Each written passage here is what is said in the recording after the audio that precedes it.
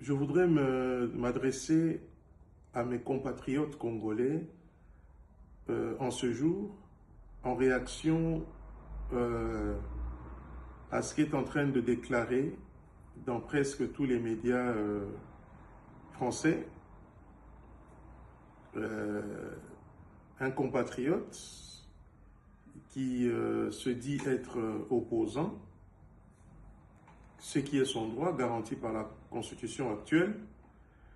Monsieur Jean-Marc Kabound Akabound, ancien secrétaire général de l'UDPS Tshisekedi, président ad intérim du parti et ancien vice-président de l'Assemblée nationale. Oui,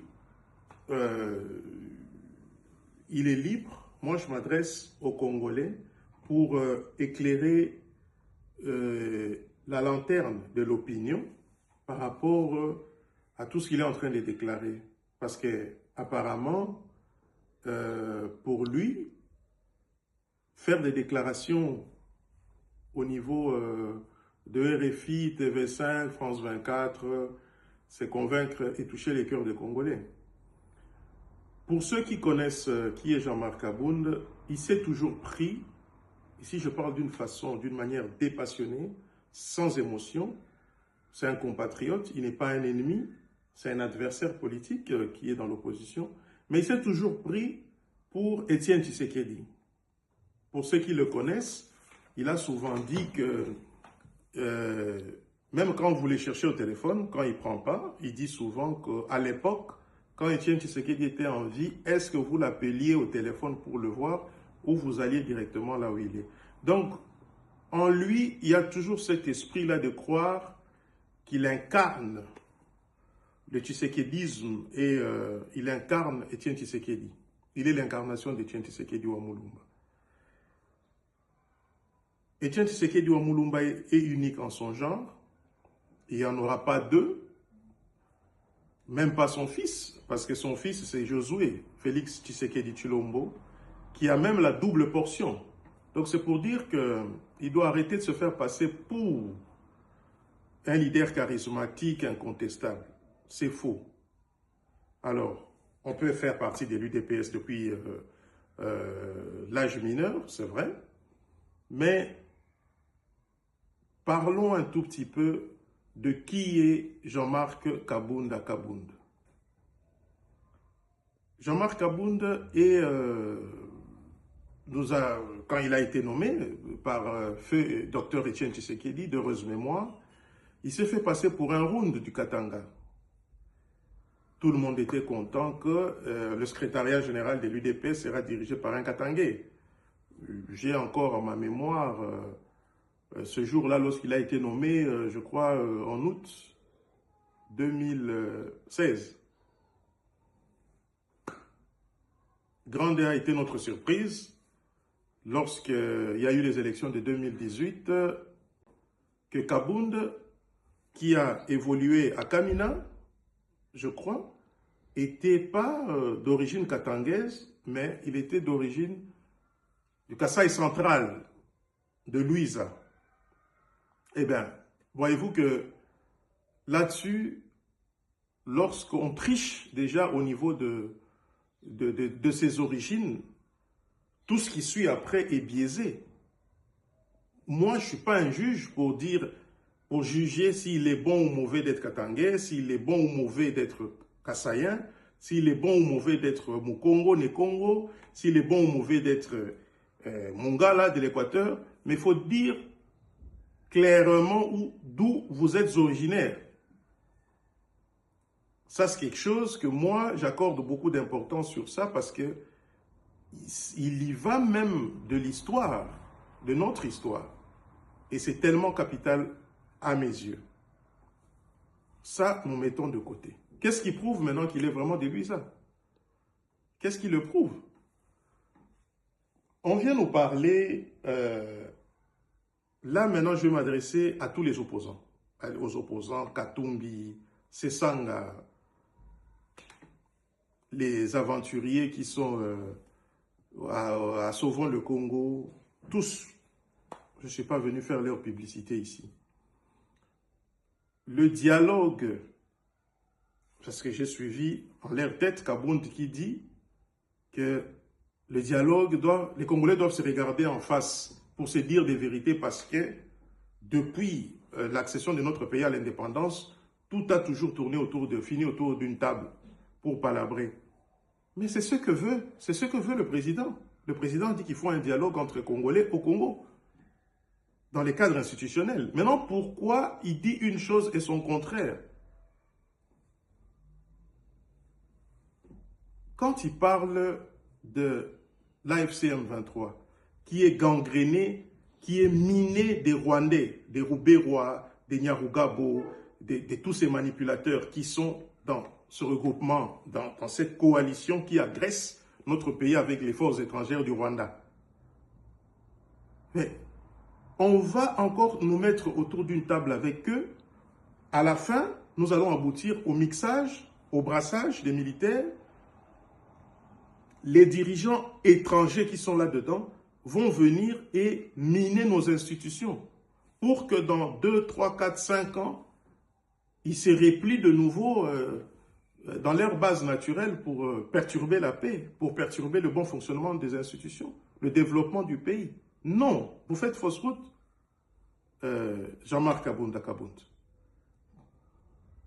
On n'a plus besoin de la distraction. La jeunesse n'a plus besoin d'être dans cette distraction dans laquelle vous êtes en train de nous amener. Revenons maintenant, vous dites, il y a une crise de gouvernance.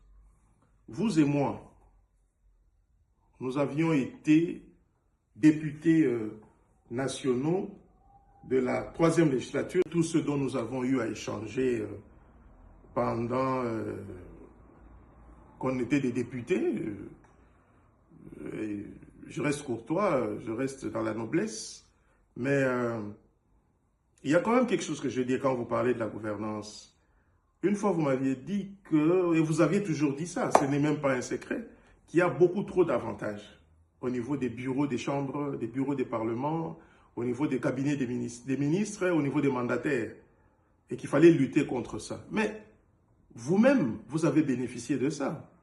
C'est quand on parle de la bonne gouvernance, de la rationalité du partage des ressources, hein, qui réduire la disparité, les écarts des salaires, des rémunérations et des primes.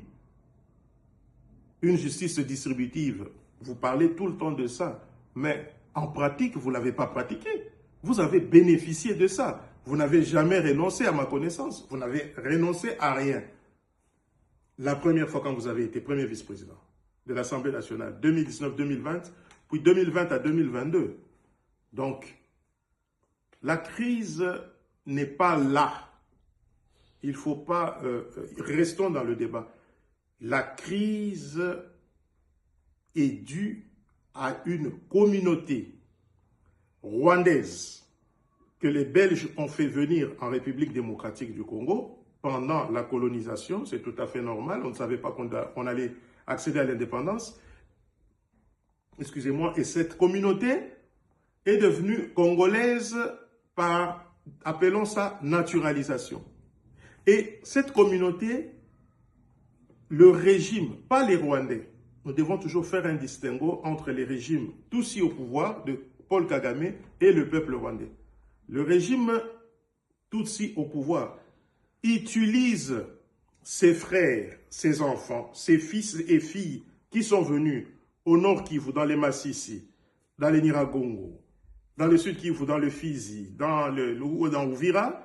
Ils utilisent leurs frères-là, que les Belges nous ont amenés, pour déstabiliser la République démocratique du Congo, qui est leur pays d'accueil. N'ayons pas peur des mots. C'est ce problème-là qu'il faut aussi parler, échanger dans les dialogues à venir. En rédigeant une nouvelle constitution où toutes les tribus, parce qu'au Congo, on n'a pas ce problème-là, des tribus communautaires, des tribus minoritaires, on n'a pas ce problème-là. Lorsqu'on aura réglé ce problème, il n'y aura plus de problème de sécurité à l'Est. Il n'y aura pas des résurgences de groupes armés, des mouvements d'agression. Là-dessus, c'est clair. Et ça passe par la restauration de l'autorité de l'État. Vous voyez? Et cela passe donc par la formation d'une armée républicaine, dissuasive. Vous devez relire l'histoire de votre pays, Jean-Marc Kabound. Ce n'est pas notre armée qui est faible ou qui est une armée incapable de se défendre. En 1940, j'ai oublié de parler de deux points importants qui sont, je vous entends souvent dire, Jean-Marc Kabound, vous dites souvent que vous avez mis fin au partenariat à la coalition FCC-Cash. Oui, nous avons tous contribué à ça. Vous étiez peut-être aux commandes. Ça, dans toute lutte, dans toute révolution, il y a toujours ceux qui prennent le commande, mais tous les députés, pour renverser cette situation au niveau de l'Assemblée, tous les députés, que ce soit les députés de l'UDPS, que ce soit les députés de l'UNC, que ce soit les députés du FCC, à l'époque, nous avons tous combattu pour ça. Donc vous ne pouvez pas, encore une fois, répondre à cette situation qu'à votre compte. Ça, nous n'acceptons pas ça. Nous n'allons pas accepter cette situation. Parce que vous, en septembre 2019, vous avez eu à